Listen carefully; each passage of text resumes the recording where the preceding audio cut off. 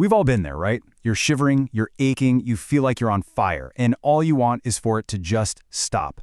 But what if I told you that miserable feeling is actually one of your body's oldest, most powerful weapons? Well, today we're going to flip the script on how we think about this seriously misunderstood defense. See, we tend to look at a fever as the enemy. It's the symptom we rush to crush with whatever medicine we can find.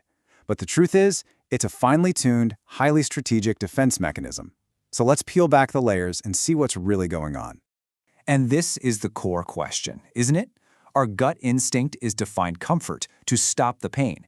But in reaching for that pill, are we accidentally tripping up our own body just when it's trying its hardest to heal? Let's dig in. To really get what a fever is, we have to go back. I mean, way, way back. This isn't some new trick your body learned. This is a strategy that life itself has been perfecting for an almost unimaginable amount of time. Yep, 600 million years. That's how long fever has been in the biological playbook. This is way bigger than just a human thing. It's a fundamental tool for survival. And believe me, a strategy does not stick around for 600 million years unless it is incredibly good at what it does. I love this way of thinking about it. Your body is creating its own personal, defensive climate change. It's intentionally making itself an inhospitable planet for whatever is trying to invade. You know, just like most life on Earth needs a specific temperature to thrive, so do bacteria and viruses. Your body knows this, and it literally creates a heat wave to make its world a living hell for them. And we are not alone in this.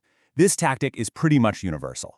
Animals get it. They instinctively use heat to fight off sickness. A sick fish will actively search for warmer parts of the water. A lizard will go bake itself in the sun. Bees will literally vibrate together to turn their entire hive into an oven. We just happen to have a more sophisticated, built-in furnace. Okay, so how does your body actually pull this off? What's the battle plan? What's really happening on that microscopic battlefield inside you when you start to burn up? Let's get into the nitty-gritty. So it all starts with these little molecules called pyrogens. The name literally means creators of heat. When your immune cells spot an intruder, they sound the alarm by releasing these chemicals. The pyrogens then travel right through your bloodstream to the thermostat in your brain and basically tell it, "Emergency, we are under attack, crank the heat, now!" And your body just snaps to attention. First, you start shivering. And those aren't just random, uncomfortable shakes. That's your muscles contracting like crazy, over and over, to generate a massive amount of heat. At the exact same time, the blood vessels near your skin tighten up, trapping all that new heat deep inside your core. It's actually why your skin can feel cold to the touch, even when you feel like you're roasting from the inside out. Now you're probably thinking, wait a second, doesn't all this heat hurt my own cells too? And yeah, it does. It puts your whole system under stress. Things don't run as smoothly. But for the invaders, it is a full-blown apocalypse. Their internal machinery just breaks down. Their DNA gets shredded. And, this is the big one, they can't reproduce. You can tough it out. They can't. But here's the absolute game changer. While most of your body is going into low power mode, the heat supercharges the one system you need most, your immune system. Your frontline soldiers, the neutrophils, get to the battle faster. Your cleanup crew, the macrophages, become way better at gobbling up enemies. And your elite special forces, the killer cells, get even more lethal. The heat basically turns your defense force into a super-powered army.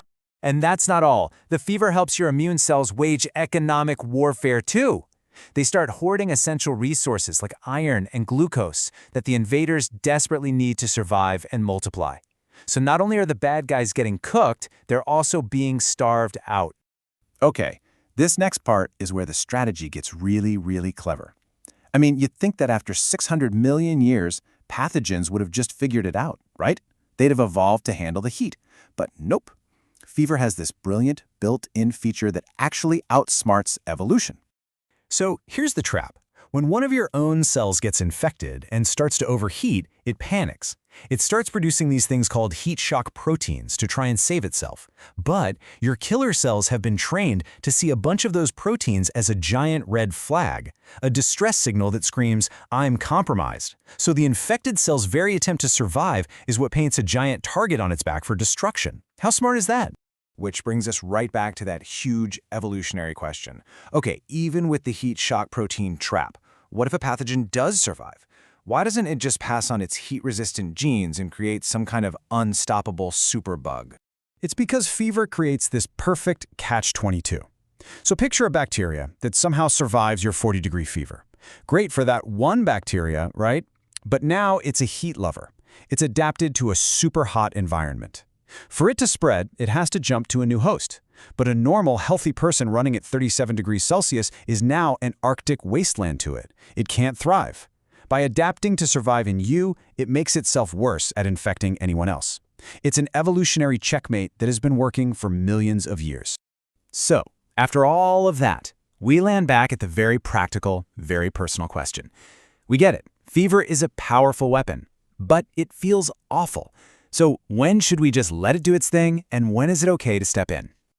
Okay, so based on the source material, the general thinking is this. For most healthy people, a fever that's under 40 degrees Celsius or 104 Fahrenheit isn't really dangerous on its own. But, and this is a big but, for certain people, like pregnant women, older folks, or anyone with a weakened system, that extra stress on the body could be harmful. And any fever that gets above that 40-degree mark is something that needs medical attention, period.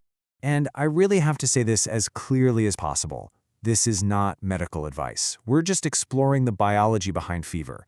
Your situation is unique to you, so you should always, always, always talk to a doctor about your own health. So when it comes down to it, it's a modern trade-off.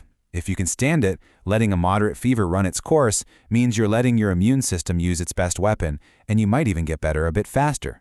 If you treat it, you get relief and you feel better sooner, but you might be taking your best player off the field for a little while. So I'll leave you with this.